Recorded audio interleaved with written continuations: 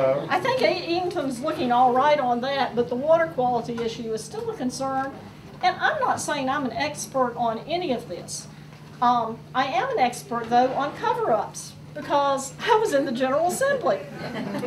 I can still remember when I first got to the General Assembly, there was a big fight between the Republicans and the Democrats. We reached a compromise, and based on that compromise, the House Republicans passed what the Senate Democrats wanted, and the Senate Democrats, after agreeing, cut these signatures out of the document with a pair of scissors like kindergarten children, and nobody reported it. Sounded to me like a darn good story. I went to the chief Associated Press reporter at the time and said, Dennis, why won't anybody report what's going on? The people back home might want to know why we're not getting along so good. And he looked at me and said, they're too dumb. Dennis, you know, double cross is a long word. Everybody in my neighborhood understands it. Lie is less than 4 letters. You know, from that point, I had a very rocky relationship with Capitol Press Corps. I'm not the only one. May I tell a story here? You can't stop me, right? It's not that bad. Don Carrington, sitting right here, is one of the best investigative reporters in the state. If you want to see how much the North Carolina major papers will not print that you'd love to know, go online to thecarolinajournal.com. When Don tried to get to join the Capitol Press Corps and have a little office there, they didn't want him around because he talks too much. And so, according to rumor, Tony Rand told the press that he wasn't a member of the press because they didn't like who he wrote for. All I know is he never got his office, and it's a real shame because it might have improved the quality of what was coming out of the building. Now, you're not going to be able to believe that all of this is going on with water quality issues, subsidence, saltwater infiltration, cancer clusters. I mean, how could this be? And nobody told us. If you go online, I put up the website I had when I ran for governor in 2004. It's at 4, the numeral 4, Fern.com. I took it down after the primary in 2004 because I didn't want anybody to think I was running for dog catcher. But there's so much coming up now that I forecast that I want it there just, I told you so.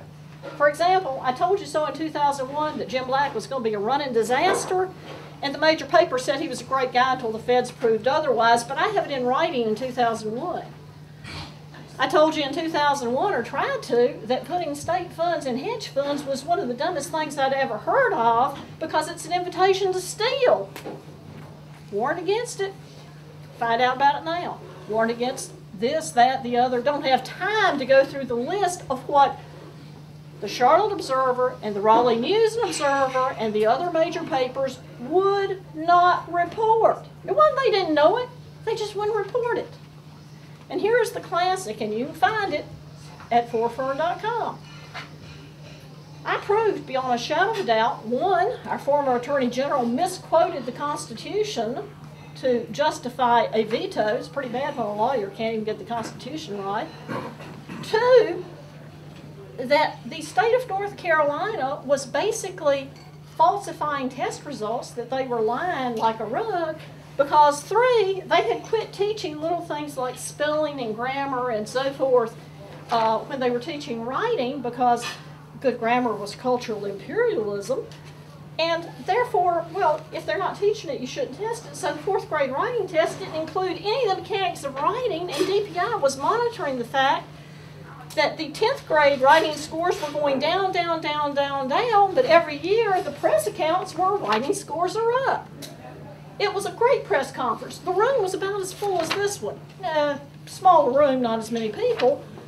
Not a single paper reported anything that was said by me at that press conference or the other people who spoke, despite the fact the press conference was so strong that within an hour after the press conference, the State Board of Education had called an emergency meeting to, in essence, override the governor's veto.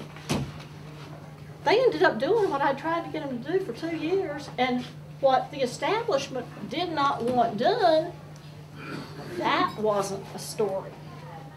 The fact you haven't heard it from anybody except us, unusual people that just wandered through here, I'm not surprised you haven't heard it. The amount that hasn't been reported in this state should be an embarrassment to everyone in the media in this state that has not been reporting. A member of the 9/11 Families for Secure America toured the state at his own expense in 2004 on my behalf. Try finding a press account of what he said.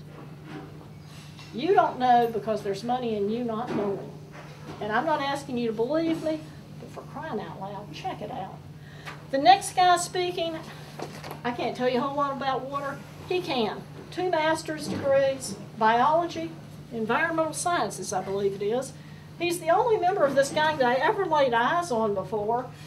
When I was running for governor, he interviewed me up in Asheville. So see, I don't condemn all members of the press. There are some good ones. I even said something nice about that one. If Jeff Idolette is here, I don't think I've ever laid eyes. Thank you. I'll say something nice about him too, if it doesn't hurt your reputation too bad.